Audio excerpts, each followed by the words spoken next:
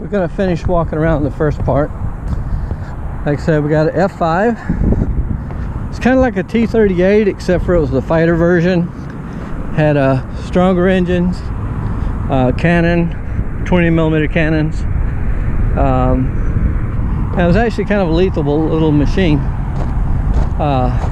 They call it the F5E Tiger II. And some nations in the world are still flying these things. They are lethal, and they can take down an F-18 or something else if they get the jump on them. So it is a lethal airplane. T-6 Texan was a primary advanced trainer during World War II. Get people used to flying so they can move up to something monstrous like this. People actually got down and rode in the belly of this thing.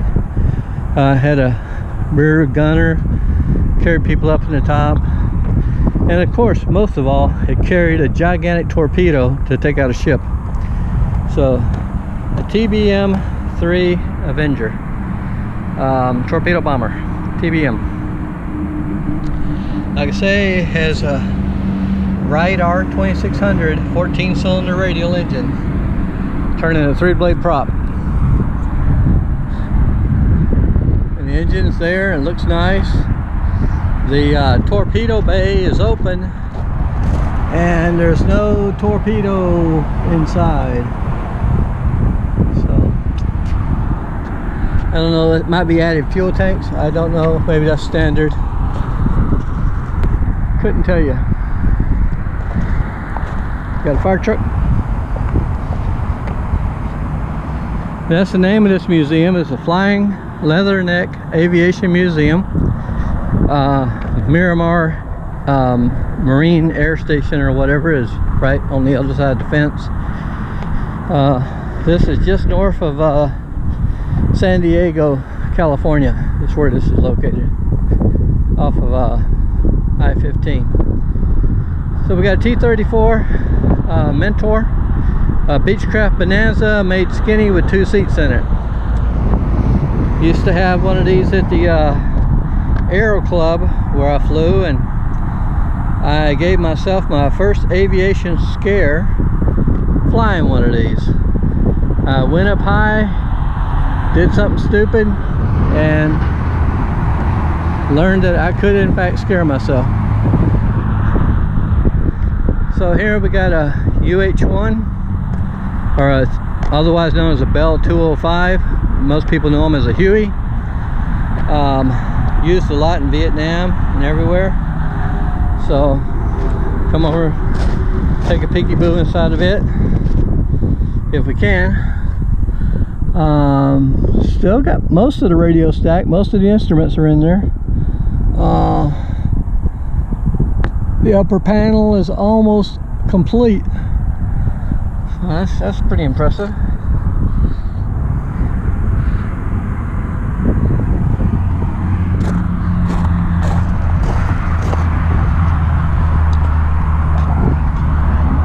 Yep, and there's joystick.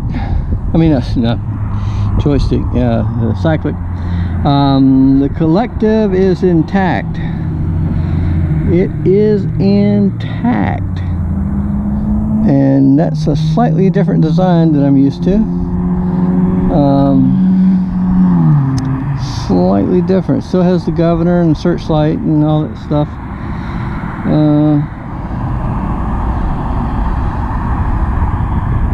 That's interesting. Doesn't have the normal throttle lock. That's different on this particular model. And these are kick steps for getting up on top to do inspections. You put your foot in there and you got steps so you can climb up and inspect your rotor head. So anywho,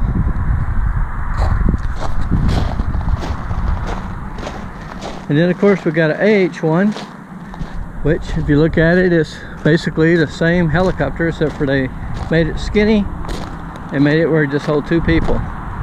The pilot sits in the back and he has a joystick. I mean, he has a joystick. Come on.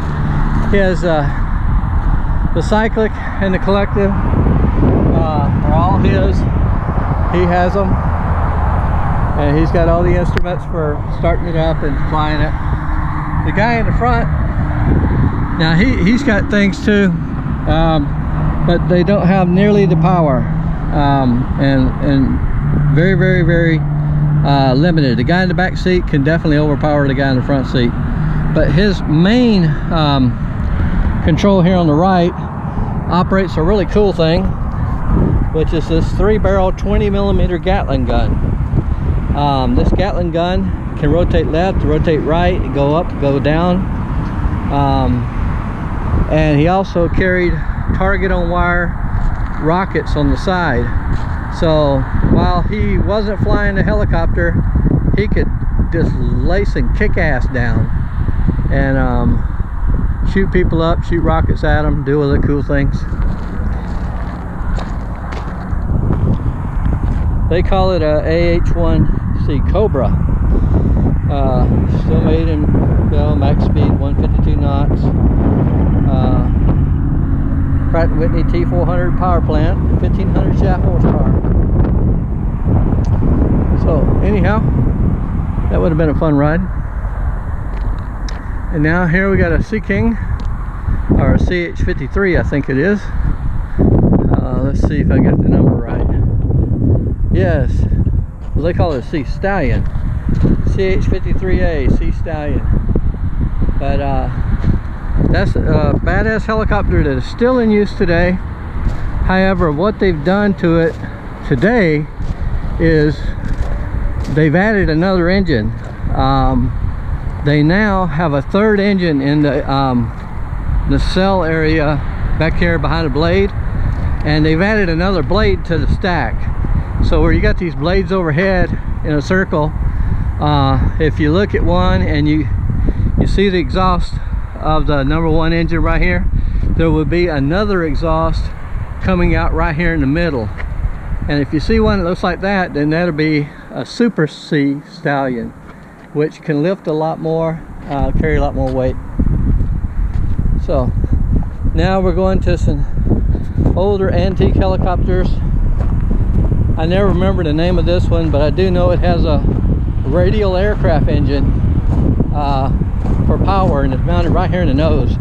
Most crazy, fascinating idea. I don't know who dreamt it up, but that is actually a radial aircraft engine. You're looking at the fan that provides cooling air for it, but it powers the shaft that goes diagonal between the pilot and the co-pilot, and powers the transmission for the rotor head. These are the handles. That's the lock. You unlock it, and these are the handles. This front end opens up in a hatch, and you can actually service the motor. Here's the exhaust pipes coming off the radial engine, and maybe you can see the fins in there, but that's a I think it's a Pratt & Whitney. Let's go read the sign. That'd be better than me guessing. No, it's got a Wright 1820, so it's got 2,270 horsepower. Okay, that makes more sense. So yeah, it had a lot of horsepower, 2,270. So it was known as a UH-34 Seahorse. But some of these are in civilian hands and people fly them, but they got a radial aircraft engine in the nose. Pretty cool. And of course this is a Boeing, powered by 2 turbines at the back. This is a thing about a mission it did. And here's the thing, the Boeing CH-46 Sea Knight. It's got 2 T-58 turbo shafts, each rated at 1,400 shaft horsepower. So that's a good heavy lifter. And like I say, there are a lot of those used by civilian companies. They're used for fighting fires, they're used for hauling executives, all kinds of things. This is another version of that same helicopter we just saw a while ago. That's the one thing I noticed about this little museum, is they have multiple versions of each item. Like if they have a I don't know, A6 was a classic example. They didn't just have one A6, they had like 6 or 7 of them, And actually the A6s are over there on the other side of the fence. There's about 6 of them, and each one's a different model of A6. There's just something different about each one. Bigger engine, single seat, 2-seat, something different. So they got a pretty good collection of helicopters. They got an Abrams tank. They got a 212 Bell, that kind of pink deserty colored helicopter. They got an RF-4C. It's over there behind the helicopter where you can't see it.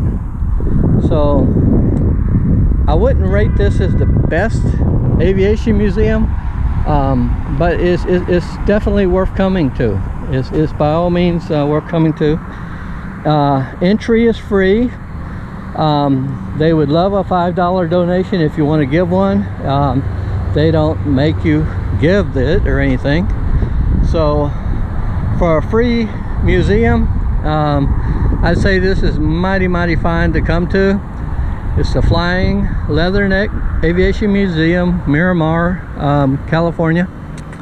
And so if you like what you saw here, come and visit the museum.